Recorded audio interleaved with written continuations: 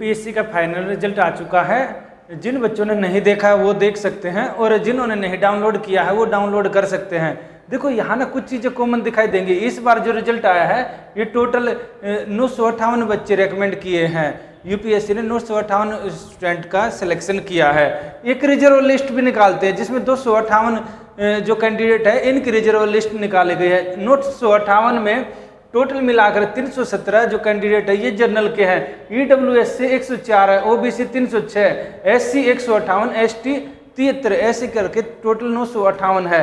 यहाँ पर आप नीचे देखेंगे ना तो यहाँ पर अलग अलग सर्विस के लिए अलग अलग रिकमेंडेशन किया गया है। आईएएस के लिए है 74 है जनरल के, ईडब्ल्यूएस के 18, 47 ओबीसी, एससी 28, एसटी 13, टोटल मिलाकर 180 पोस्ट थी। ये उनका डिवाइडेशन है कि आईएएस में कितने हैं। आईएफएस के लिए टोटल 55 पोस्ट थी, इनमें दिया है जनरल से कितने लिए गए हैं। ईडब्ल्यूएस से 6, ओबीसी से 15, एससी से 8, एसटी से 4 टोटल और जनरल से 22 थे, टोटल मिलाकर 55। आईपीएस में 60 जनरल से थे, 15 EWS, 42 OBC, 22 SC, 11 ST, total मिलाकर 150 थे। ऐसे ही करके ग्रुप ए ग्रुप बी का है। देखो ग्रुप बी में ना दिल्ली और पौंडीचेरी के ना ग्रुप बी सर्विस भी इसमें शामिल कर ली जाती है। ये उनका है, जैसे वहाँ दिल्ली और पौंडीचेरी में रहते ना एसडीएम डीएसपी की रैंक वाली रहती हैं, वो इसमें शामिल कर ली जाती है। टोटल मिलाकर ये लिस्ट निकाली गई है कितने कैंडिडेट हैं।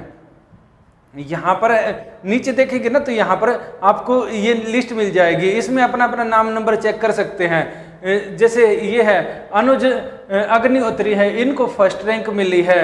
राजेश्वरी सुवे को सेकंड है। ये ऐसे देख कर आप पूरे ये लिस्ट है, ये सारे कैंडिडेट की लिस्ट है, आप इसको देख सकते हैं। देखो यहाँ पर ना क्या रहेगा ना, एक चीज़ कॉमन है, हम इसको शेयर कर देंगे। अगर आप इसको अगर यहाँ या तो साइट से डाउनलोड कर सकते हैं या फिर हमारे टेलीग्राम ग्रुप से इसको ले सकते हैं।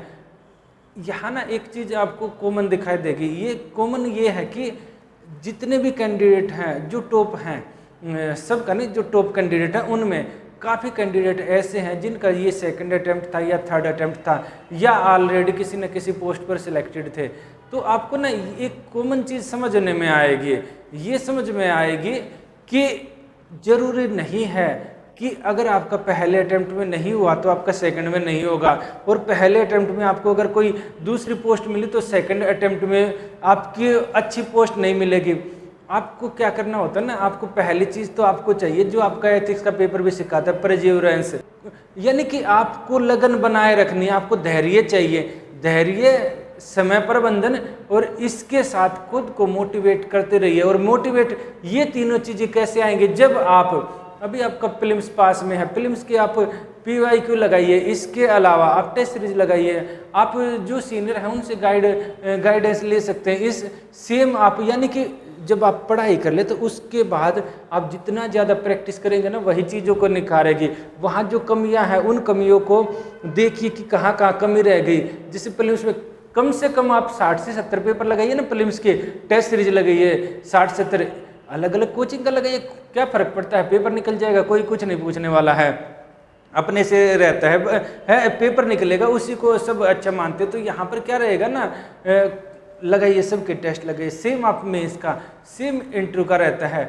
आप अच्छे से इसको पढ़ाई कीजिए और अच्छे से पेपर लगाएंगे तो इस बार इन बच्चों का आया है, अगली बार आपका आएगा। ये तो एक सीक्वेंस चलता रहता है। जिन बच्चों का किसी न किसी वजह से रुक गया है, जिन्होंने इंटरव्यू दिया है, देखिए आप लास्ट स्टेज तक पहुँचे तो ये भी अपने आप में काफ़ी बड़ी अचीवमेंट होती है। यानी कि आप जो पर्वत है उसकी चोटी पर पहुँच चुके हैं और उसके एकदम बिल्कुल पास से आए हैं। तो यहाँ ना आपको हार नहीं माननी है, इस बार नहीं तो इस बार आपका, जैसे बाकी भी यहाँ इस बार भी लिस्ट में देखेंगे ना काफ़ी बच्चे ऐसे हैं जिनका 2-3 अटेम्प्ट बाद हुआ है, तो इस बार नहीं तो हो सकता है इस बार आपकी टॉप रैंक आपकी आ जाए।